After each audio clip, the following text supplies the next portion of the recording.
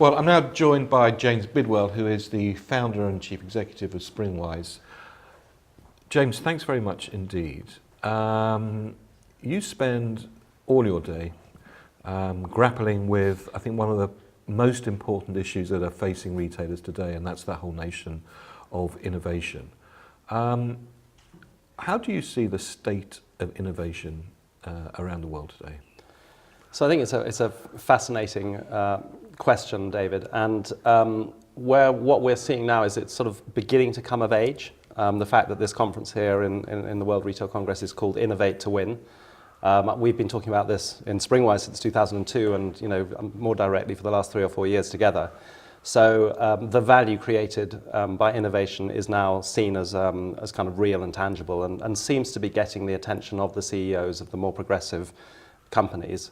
But I still feel that in many retailers, there's still a lot of people with their head in the sand, and they're kind of seeing this notion of innovation to actually not only to be very successful, but actually to survive, still as something very difficult to grapple with. And one of the tyrannies is the business as usual. So there's this constant reporting, weekly sales, all of that, which is of course very, very important.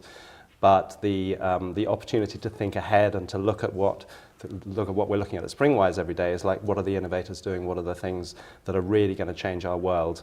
And because the rapid pace of change is so fast and continues to increase at a high velocity, it becomes even more important. So it's kind of a bit of a parallel universe, but the encouraging thing is that innovation is now getting more into the boardroom and more onto the kind of the lips and into the psyche of the leadership in retail. I mean, you talk about the boardroom.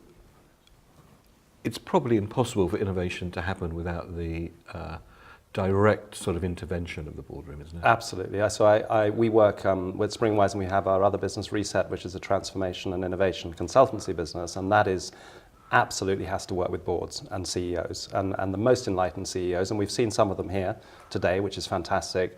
They are saying we need to transform, we need to innovate, we need to have strategies, governance and frameworks in order to do that. And when you have the leadership engaged in that and investing in it, because it is an investment across tech, across people, across brand, then you see traction. And if you're doing it in kind of as a sort of, a bit of on the side, then it tends to fail. And you need to be brave for this stuff, because you are trying to predict the future and create the future for your customers. Now, you're an ex-retailer, like me. Do you think that quarterly reporting is the death of innovation within organisations? So I worked, as you know, at Selfridges when we did the turnaround, and that continues to be a very good example of a business that is now privately owned, that continues to innovate, continues to disrupt. We did a lot at the time to create a business for the future, and you can see that the long-term ownership of that business, particularly with a family ownership, is very, very compelling. I work a lot with property companies now, and they're, again, the ones which have long-term ownership are the ones who can afford to really invest in the future. So the answer to your question, I think it is tyrannical, the stock market, quarterly reporting and all of that, the pressure it puts on the CEOs and the boards, and also to an extent at times the private equity ownership, which is really, really sweating the cash rather than investing in the future, is not a very well, some, in fairness to private equity, some. Some, no, I did say some. I didn't say very long term. And some of them are very long term. So you look at someone like Bridgepoint, who've had a business like Pret a Manger for a long time.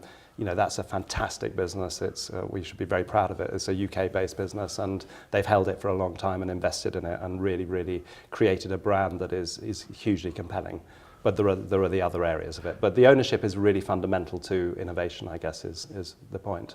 Now, you've been at the World Retail Congress for a couple of days now. You've been walking the corridors, going to the sessions, speaking to people. What's your impression thus far?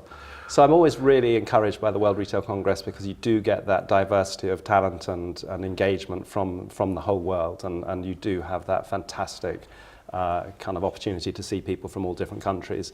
My impression so far was we're at the beginning of day 2, so is that this kind of understanding of the pace of change, but also when you look at some of these guys, particularly the Chinese retailers, so Alibaba and JD.com, the pace at which they are innovating as a kind of second nature. So innovation and transformation is core to every single thing they do. They're inventing new businesses all the time. They're growing like crazy. And they are clearly not a force to be reckoned with. And And we'll not be to hearing underestimated. from Richard Liu, who's the founder and chief executive and chairman of JD.com, a little bit later in the program. So he is he's an amazing guy, and you can hear just from his his backstory is so exciting that he started trying to get, the reason he started in retail is to make money for his grandmother, but who needed some medicine. But his kind of focus on the innovation and transformation is one side of it, and then you've got the kind of the more legacy retailers on the other side, who many of them seem to be still in denial. Although a lot of them are kind of doing some of this stuff, they're sort of, it's all going to be a bit like, it's iterative rather than transformational. And my argument would be they need to be a bit more transformational. So in a way, we're in two different planets. We've got the kind of the Eastern kind of tech-driven, huge growth. And of course, a lot of that in the States as well with Amazon.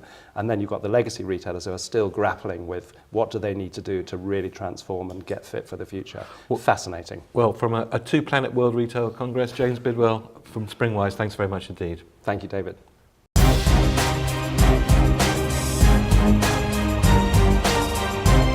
Thank you very much indeed for watching. If you've enjoyed this, there's plenty more. All you need to do to make sure that you get the latest videos when they're released is just push this subscribe button to subscribe to our YouTube channel.